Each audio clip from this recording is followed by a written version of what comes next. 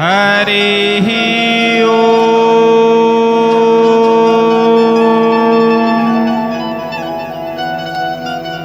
नारायणं नमस्कृत्यं नरं चैव नरोत्तमं देवीं सरस्वती व्यासं ततो जयमुदीरये। मूकं करोति वाचालं पङ्गुं लङ्घयते गिरिं यत्कृपां तमहं वन्दे परमानन्दमाधवम्।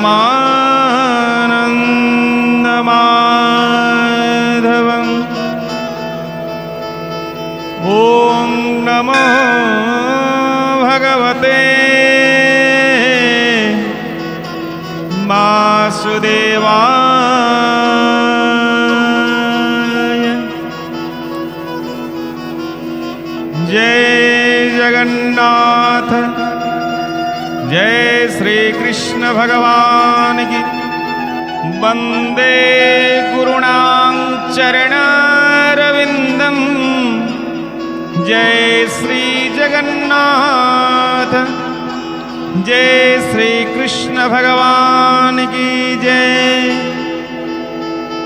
भक्तवृंद, पूर्व अध्याय व्यासदेव पुराण महाभारत आदि रचना करिगले, किंतु तांक मनरे अजणा शून्यता रहीगला। समस्त ज्ञान थिले मध्य से संतुष्ट होई पारु नथिले। एहा आम जीवन रे मध्य एक वास्तव सत्य। आमे धन शिक्षा पद मान सम्मान प्रतिष्ठा लाभ करी मध्य आम मन भितरे शांति नाही, संतुष्टता नाही। जदि हृदय रे भगवानंकर स्मरण न थाए तेबे मन पूर्ण शांति पाए नाही। देवर्षि नारद आगमन करिछन्ति व्यासदेवंक निकटकू। भगवान भक्तंक दुख देखि नीरव रुहंती नहीं, सेही परी से देवर्षि नारदंकु व्यासदेवंक पाखकु पठाइले। नारद केवल जने ऋषि नथिले, से भक्तिर दूत। तांक हातरे बीणा, मुखरे नारायण नारायण नाम एवं हृदय रे समस्त जीवंक कल्याणर भावना। से व्यासदेवंकु देखि पचारिले, हे महर्षि, तुम मुखरे आनंद देखा जाऊ नाही, एहार कारण कौन हेई पारे? व्यासदेव विनम्रता सहकारे कहिले, हे देवर्षि, मु प्रणाम करुछि। एते सबु कर्म करि सारिला परे मध्य मो मन भितरे एक अजणा शून्यता रही जाइछि। मु अनेक शास्त्र रचना करिछि, किंतु मो हृदय रे संतोष नाही। एहार कारण आपण मते कहि पारिबे कि? दया करी मते पथ प्रदर्शन करांतु। एठारु आमे शिक्षा पाऊ सत्य ज्ञानी सही जे आवश्यक समय रे गुरुंक पाखरे प्रश्न करने को लज्जा करे नहीं। नारद यही कथा शुणी उपदेश दौरान व्यासदेव को नारद कहले, हे व्यास तुम्भे धर्म अर्थ काम मोक्ष विषय रे विस्तार रे लिखिच सत किंतु भगवान श्रीकृष्णंकर अनन्य भक्ति दिव्य गुण लीला को सर्वोच्च स्थान देना सेथिपाई तुमर मन शांत हेउ नाही सबु किछि करी मध्य शांति प्राप्त हेउ नाही तुम मन मध्यरे। एही वाक्य भागवतर हृदय जेउ ज्ञान आमको भगवान निकट को नहीं जाए नहीं सेई ज्ञान सार्थक नुहे। तेणु आपण एमिति ज्ञान बाछंतु जो ज्ञान माध्यम रे आपण भगवानंकर निकटतर होई परिबे।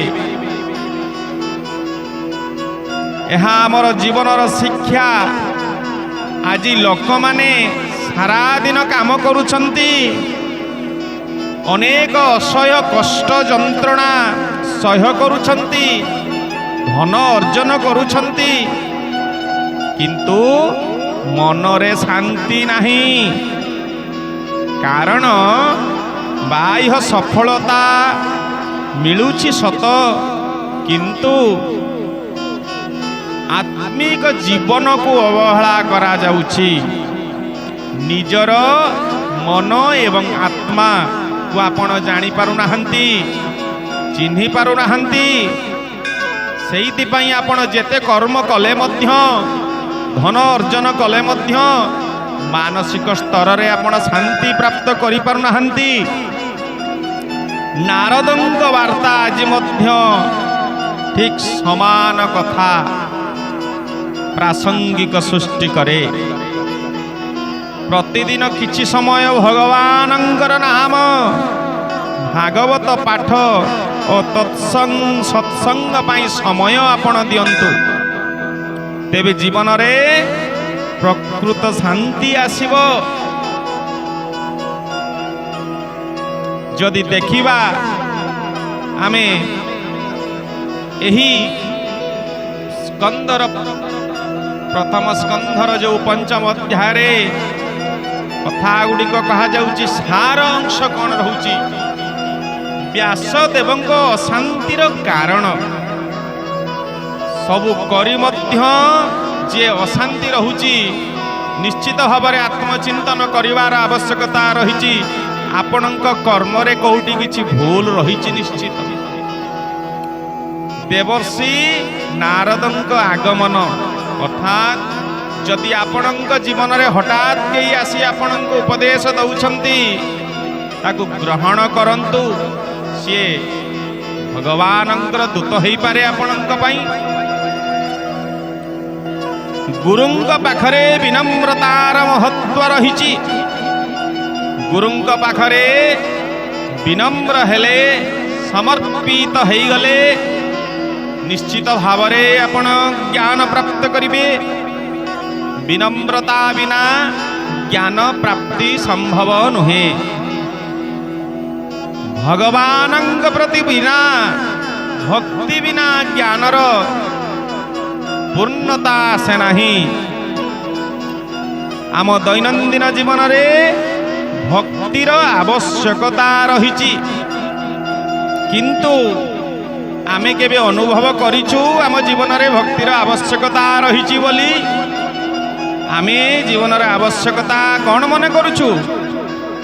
आमे किपरि सुस्वादु खाद्य ग्रहण करिबा, आज दिन रे को आड़ को बुलिबा पई जीवा, पार्क जीवा, नुआ फिल्म रिलीज हेजी ताको देखिबा। यही प्रकार आम जीवन रे आवश्यकता गुड़ी को ना आवश्यकता बनै चलीचु एवं भक्ति ठू दूरे चलीचु। भगवान पाखर दूरे चलीचु। अशांति को पाखक डाकी आणुछु। पुणी पश्चाताप करुछु आम मनरे मोर अशांति कहीं मो जीवन रे रहुची, शांति कहीं पाऊ नहीं। तेणु आत्मचिंतन ଆତ୍ମମନ୍ଥନ କରିବାର ଆପଣଙ୍କର ଆବଶ୍ୟକତା ରହିଛି। ଆମେ ନାରଦଙ୍କର ଗଭୀର ଉପଦେଶ, କର୍ମ, ଜ୍ଞାନ, ଭକ୍ତିର ସମ୍ପର୍କ ଏବଂ ବ୍ୟାସଦେବଙ୍କ ଶ୍ରୀମଦ ଭାଗବତ ରଚନା ପାଇଁ ଦିଆଯାଇଥିବା ପ୍ରେରଣାର ବିସ୍ତୃତ ବିବରଣୀ ଆଗକୁ ଦେଖିବା। ଆସନ୍ତୁ ସେହି ଦିବ୍ୟ ଜ୍ଞାନ କ'ଣ ନାରଦ ବ୍ୟାସଦେବଙ୍କୁ ଦଉଛନ୍ତି। ଭକ୍ତବୃନ୍ଦ ଦେବର୍ଷି ନାରଦ ବ୍ୟାସଦେବଙ୍କୁ କହିଲେ, ଯେଉଁ ସାହିତ୍ୟରେ ଭଗବାନ ଶ୍ରୀହରିଙ୍କର ନିର୍ମଳ ଯଶ,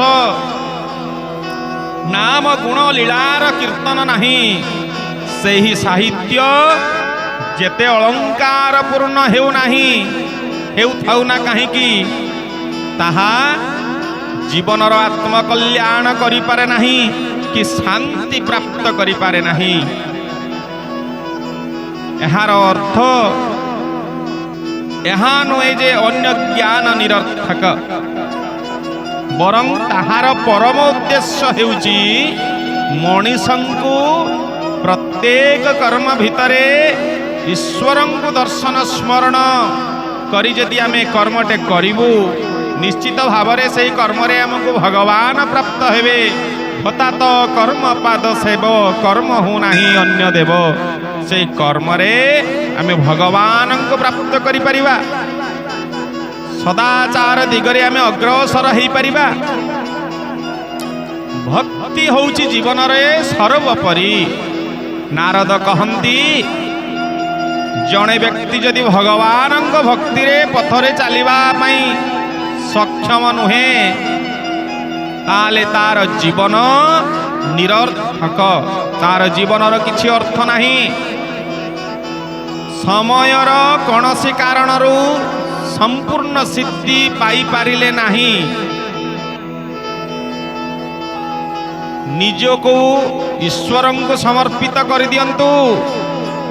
ପ୍ରତ୍ୟେକ କର୍ମ ସଫଳତା ବିଫଳତା ସବୁ ଭଗବାନଙ୍କୁ ସମର୍ପଣ କରିଦିଅନ୍ତୁ। ଆପଣଙ୍କର ଜୀବନରେ ପଶ୍ଚାତାପ ରହିବ ନାହିଁ। ତଥାପି ତାଙ୍କର ଆଧ୍ୟାତ୍ମିକ ପ୍ରୟାସ ବ୍ୟର୍ଥ ଯାଏ ନାହିଁ। ସେହି ସଂସ୍କାର ତାକୁ ପୁଣି ଭଗବାନଙ୍କ ପଥରେ ଆଗକୁ ନେଇଯାଏ। କିନ୍ତୁ ଯିଏ ସାରା ଜୀବନ କେବଳ ଭୋଗ ଏବଂ ସ୍ୱାର୍ଥରେ ବ୍ୟସ୍ତ ରୁହେ, ସେ କେବେ ବି ପ୍ରକୃତ ଶାନ୍ତି ପାଇପାରେ ନାହିଁ। ବାସ୍ତବରେ ମାୟା ମୋହରେ ଭ୍ରମିତ ହୋଇ ସେ ଅନୁଭବ କରେ, ମୁଁ ଶାନ୍ତି ପାଇ ଚାଲିଛି। ଖାଦ୍ୟ ଗ୍ରହଣ ମାଧ୍ୟମରେ, ଦର୍ଶନ ମାଧ୍ୟମରେ, ନିଜର ଶାରୀରିକ ସୁଖ ମାଧ୍ୟମରେ, କିନ୍ତୁ ବାସ୍ତବରେ ସେ ଦିନେ ନା ଦିନେ ଅନୁଭବ କରିବ ତାର ଶାନ୍ତି ବାସ୍ତବରେ ସେଇ ଜାଗାରେ ନାହିଁ, ପ୍ରକୃତ ଶାନ୍ତି ପାଇପାରି ନାହିଁ। ଏବେ ବି ତ ମନ ଅଶାନ୍ତ ଅଛି। ନାରଦଙ୍କ ଶିକ୍ଷା ହେଉଛି ସେ ବ୍ୟାସଦେବଙ୍କ ପ୍ରତି,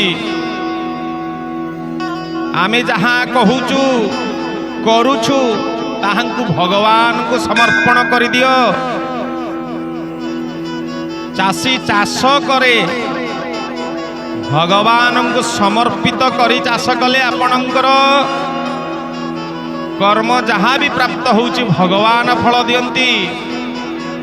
ଯଦି ଆପଣ ଅହଂ ଭାବରେ କର୍ମ କରିବେ, ଭାବିବେ ମୁଁ ପ୍ରାପ୍ତ କରିଛି, ଆପଣଙ୍କ ମନ ଭିତରେ ଅସନ୍ତୁଷ୍ଟ ରହିବ।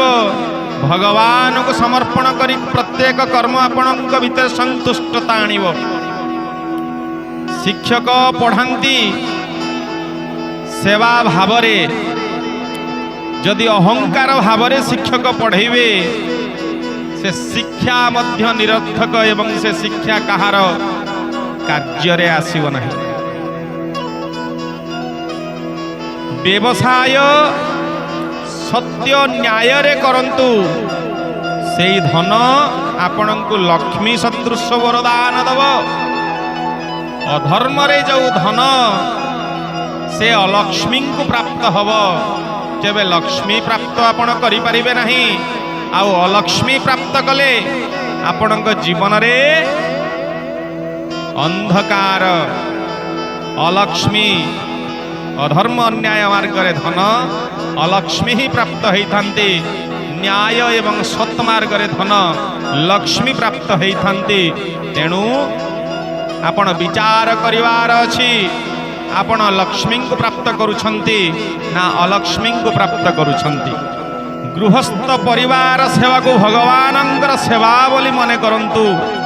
शास्त्र रे कहा जाइछि गृहस्थाश्रम गृहस्थ गोटे होउछि आश्रम सही आश्रम रे निस्वार्थ पर भाव रे आपण रुहंतु कर्म करंतु निश्चित भगवान को प्राप्त करिवे एवं सही आश्रम केबे कर्म बंधन न हेई पारिबो नाही साधनार मार्ग आपणक पई रहिबो। जीवनर सत्संग बिना जीवनर प्रकृत मूल्य आपण अनुभव करि परिबे नाही। नारद निज जीवन द्वारा मध्य देखाई थिले जे सत्संग मनुष्य को बदलाई देई थाए। गोटे मुहूर्तर सत्संग मध्य जीवनर दिग बदलाई पारे। सेतिमाई भागवत आमको कहे साधु संग करंतु भगवानंकर नाम जप करंतु भागवत श्रवण करंतु अहंकार त्याग करंतु। जदि देखिबा आजिर समाज पई कौन वार्ता रहुची भागवत माध्यम रे आजी मणिसंग पाखरे सूचना इनफॉरमेशन बहुत अच्छी किंतु अंतरर शांति कम। भागवत आमको स्मरण कराए ज्ञान सहित भक्ति कर्म सहित सेवा भाव जीवन सहित भगवानंकर स्मरण जोड़ी देले जीवन सार्थक हुए। यही इनफॉरमेशन आपण केवल भागवत रु पाइबे। श्रीहरिंकर जस गानर महिमा जदि देखिबा ये भागवतर सार कौन श्रीहरिंकर जस गानर जदि आपण जीवन बिताउछंती भक्ति केबे व्यर्थ जाए नहीं। निस्वार्थपर भक्ति केबे भी व्यर्थ जाए नहीं। कर्म को ईश्वरार्पण करिवार शिक्षा निजर कर्म प्रत्येक कर्म ईश्वर को समर्पित करंतु से कर्मर शुभाशुभ फल हार जीत फल केवे पश्चाताप आपण को हब नहीं। आपण को भगवत शक्ति मिलिबो जहाँ हेला भगवानंकर इच्छा हेला जहाँ होउची भगवानंकर इच्छा रे होउची जहाँ हब भगवानंकर इच्छा रे हब। आपण जो रेस्पॉन्सिबिलिटी अहंकार भाव रे नहीं करी मु करिछि मु प्राप्त करिछि असफलता मु पाइछि मु हारि जाइछि आपण मानसिक स्तर रे जो दुर्बल है आत्मविश्वास हरई थांते ईश्वर को समर्पण कला परे से सबरु आपण मुक्ति। देवर्षि नारदंक पूर्व जन्मर कथा आमे देखिबा कौन रहिछि। यही अध्याय अत्यंत भावपूर्ण एवं प्रेरणादायी अंश तेबे आसंतु देखिबा आलोचना करिबा। जय जगन्नाथ जय श्री कृष्ण। श्रोता बंधु नारद मुनि व्यासदेव को कहिले मोर जीवनर अनुभव शुण यह तुमर संदेह दूर करिवो। जेतेबेले व्यासदेव निज जीवन को संदेह कर्म को संदेह मन भितर अशांत भितर जीवन बिताउथिले सेतेबेले नारद तांको कहउचंती एई दिव्य कथा श्रवण कर तमर मन भितरे जो संदेह सृष्टि होइछि ता दूरीभूत हेबो। नारद कहिले जे पूर्व जन्म रे जो कोनसी ऋषि किंबा देवता नथिले से जणे दासींक पुत्र थिले। तांक माता किछि महात्मा आश्रम सेवा करुथिले। यह आमको शिखाए मनुष्यर जन्म नुहे तार कर्म एवं भक्ति सदाचार ताकू महान करे।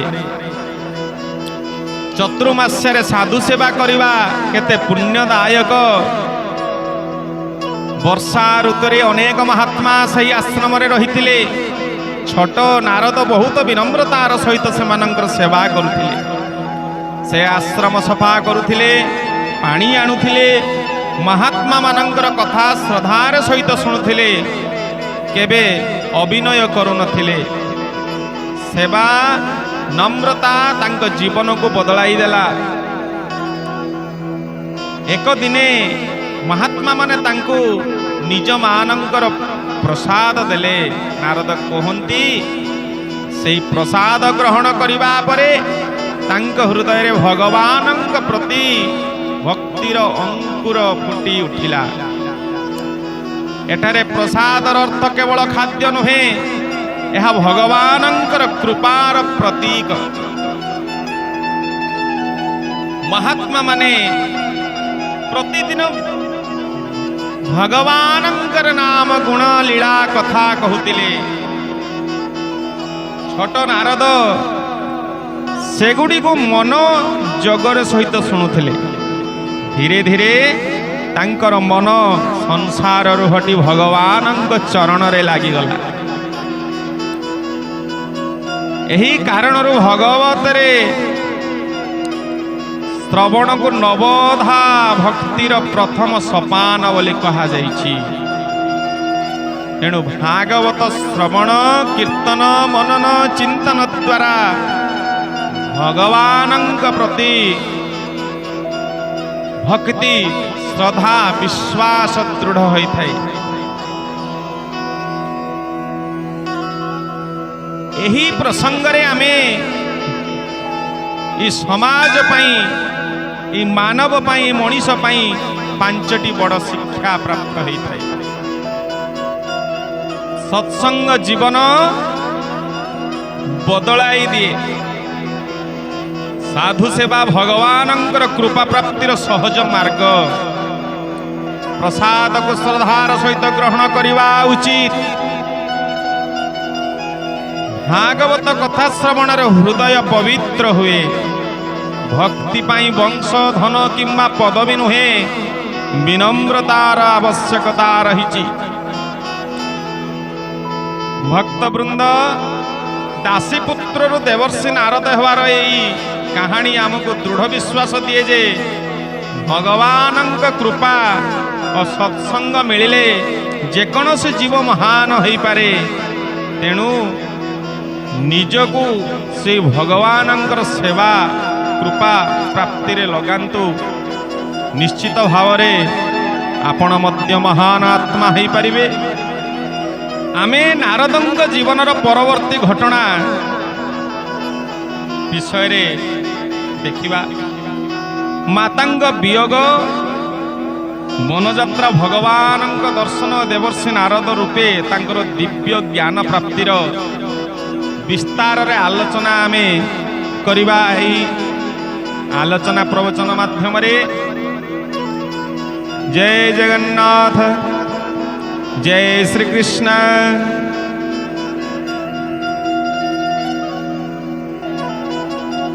ଶ୍ରୋତା ବନ୍ଧୁ, ମହାତ୍ମା ମାନେ ଚତୁର୍ମାସ୍ୟା ସମାପ୍ତ କରି ନିଜ ନିଜ ସ୍ଥାନକୁ ଚାଲିଗଲେ।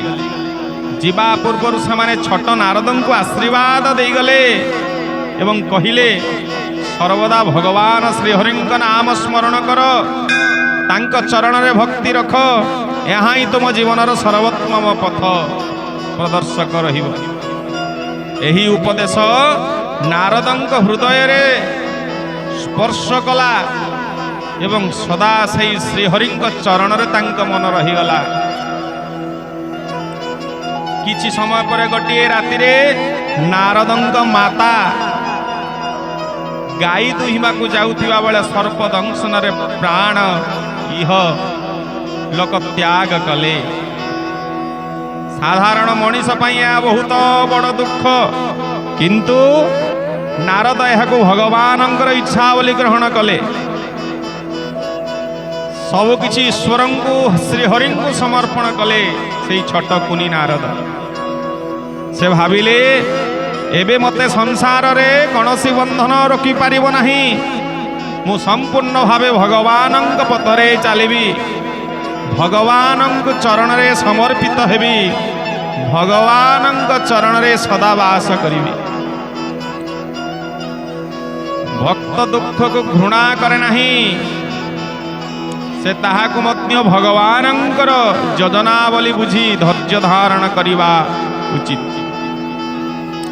ଦୁଃଖ ସମୟରେ କାତର ହେଇ ଯେ ଭଗବାନଙ୍କୁ ଦୋଷାରୋପ କରେ, ଭଗବାନଙ୍କୁ ଗାଳି ଦିଏ, ଭଗବାନଙ୍କୁ ନିନ୍ଦା କରେ, ସେ ଅଧମ ଆତ୍ମା କେବେ ବି ମୋକ୍ଷ ପ୍ରାପ୍ତ କରିପାରେ ନାହିଁ। ଆପଣ ବୁଝିବା ଉଚିତ, ଯାହା ହେଉଛି ଭଗବାନଙ୍କର ଇଚ୍ଛାରେ ହେଉଛି। ଏ ସଂସାରରେ ଦୈବାଧୀନମ୍ ଜଗତ ସର୍ବମ୍, ସଂସାରର ମାଲିକ ପାଳନକର୍ତ୍ତା, ସଂସାରର ମୋକ୍ଷକର୍ତ୍ତା ହେଉଛନ୍ତି ସେଇ ଶ୍ରୀହରି। ସେ ଯାହା କରୁଛନ୍ତି ମୋ ପାଇଁ ମଙ୍ଗଳ ହିଁ କରୁଛନ୍ତି।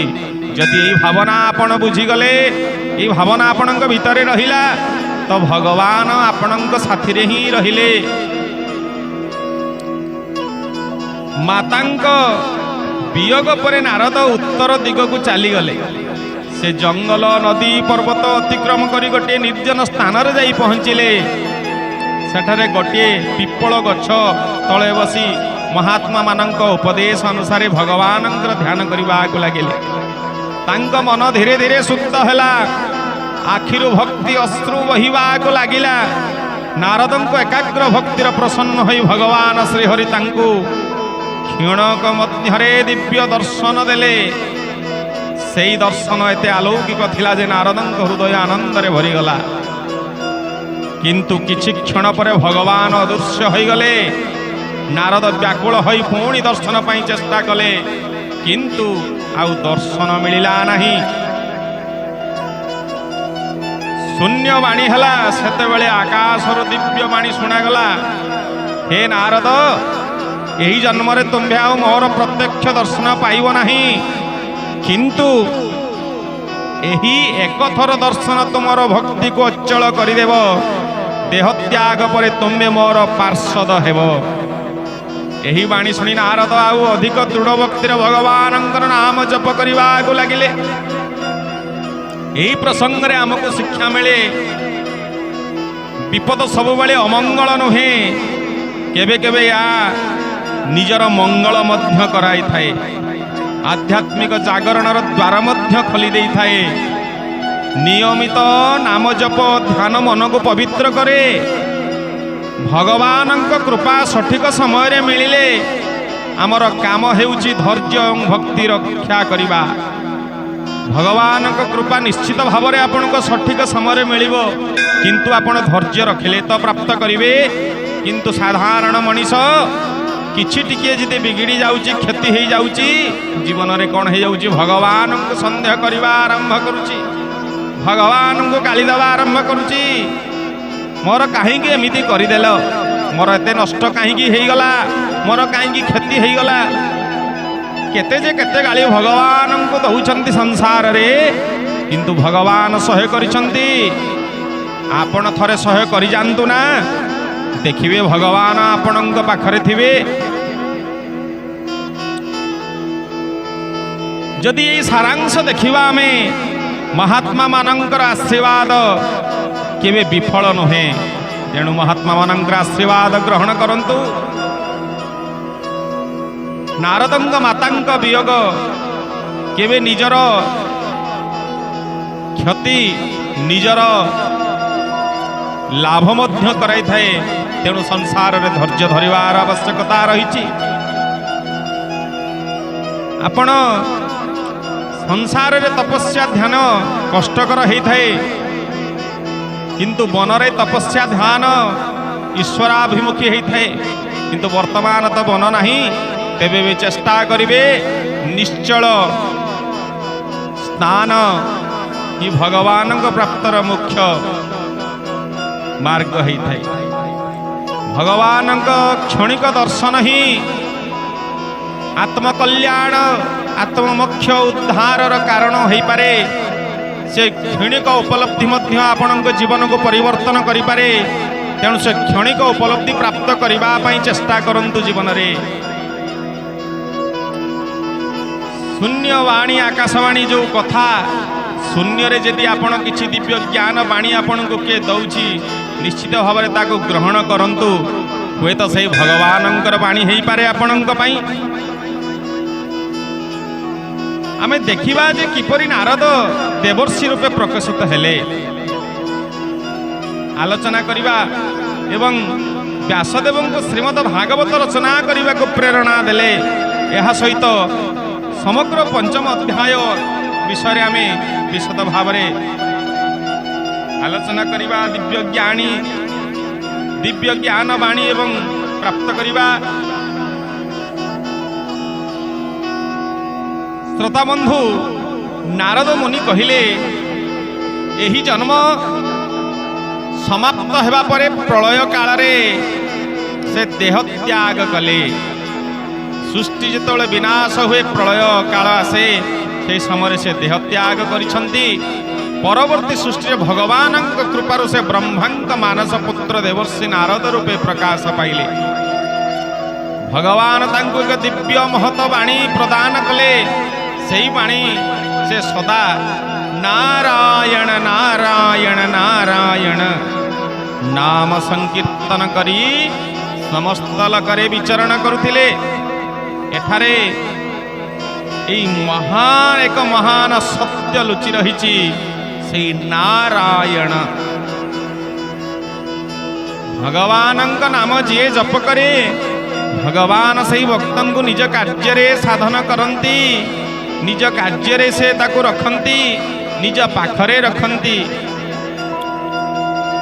व्यासदेवंकर जो शेष उपदेश रही नारद मुनि व्यासदेव को कहले हे व्यास एबे तुम्हें एमिति एक ग्रंथ रचना कर जेउथिरे केवल श्रीकृष्णंकर दिव्य लीला गुण नाम एवं शुद्ध भक्तिर महिमा वर्णना हेब।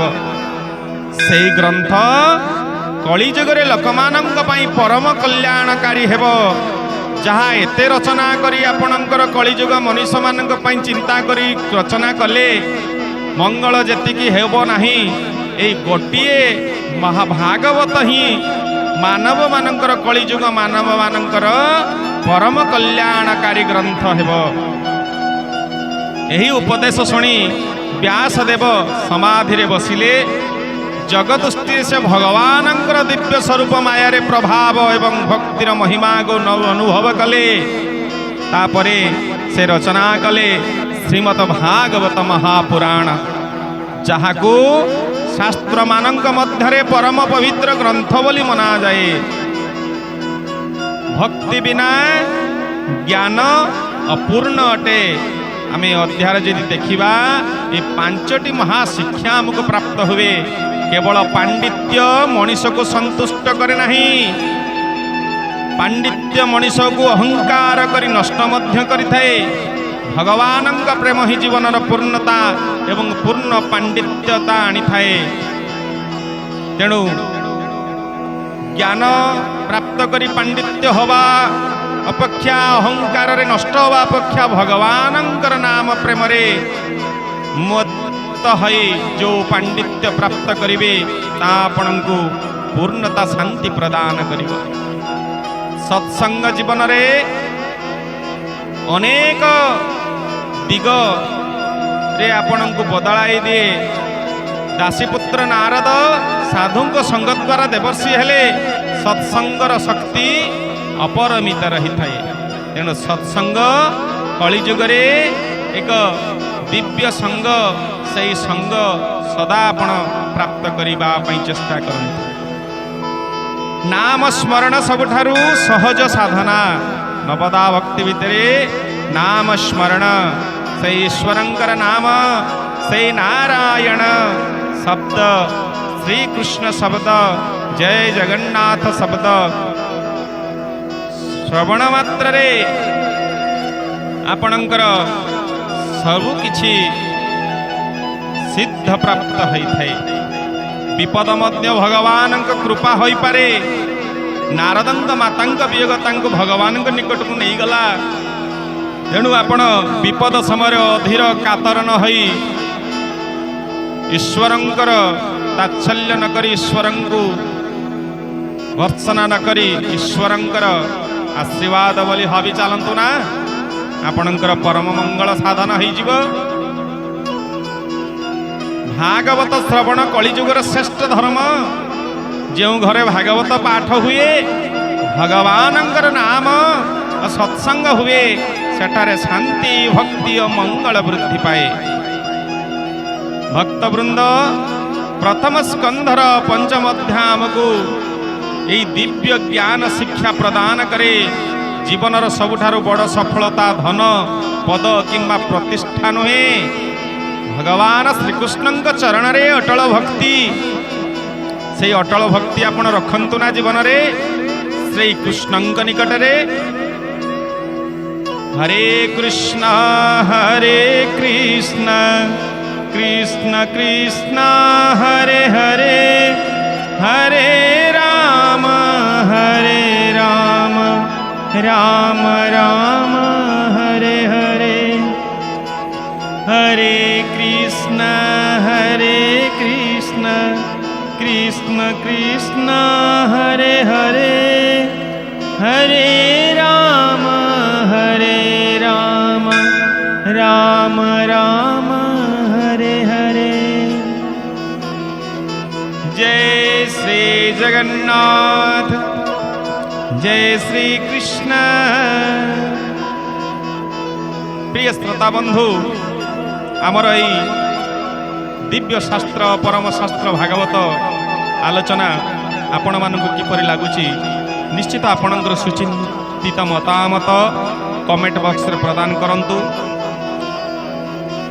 जदि आमर चैनल टी को आज आपण प्रथम थर देखुचंती सुदर्शन टीवी ओडिया चैनल टी को सब्सक्राइब करंतु बेल आइकन टी को प्रेस करंतु। कारण आमर ये दिव्य भागवत वाणी अपलोड हवा मात्रे आपण मानक निकट को नोटिफिकेशन जीव जा आपण सर्वप्रथमे ये दिव्य ज्ञान प्राप्त करि परिबे। भिडियोटी को आपणकर ज्ञानती कुटुंब मानक निकट को मध्य शेयर करंतु। सामान्य मध्य ये दिव्य ज्ञान दिव्य प्रवचन भागवतर प्रवचन श्रवण करी निजर जीवन को धन्य करंतु। धन्यवाद नमस्कार।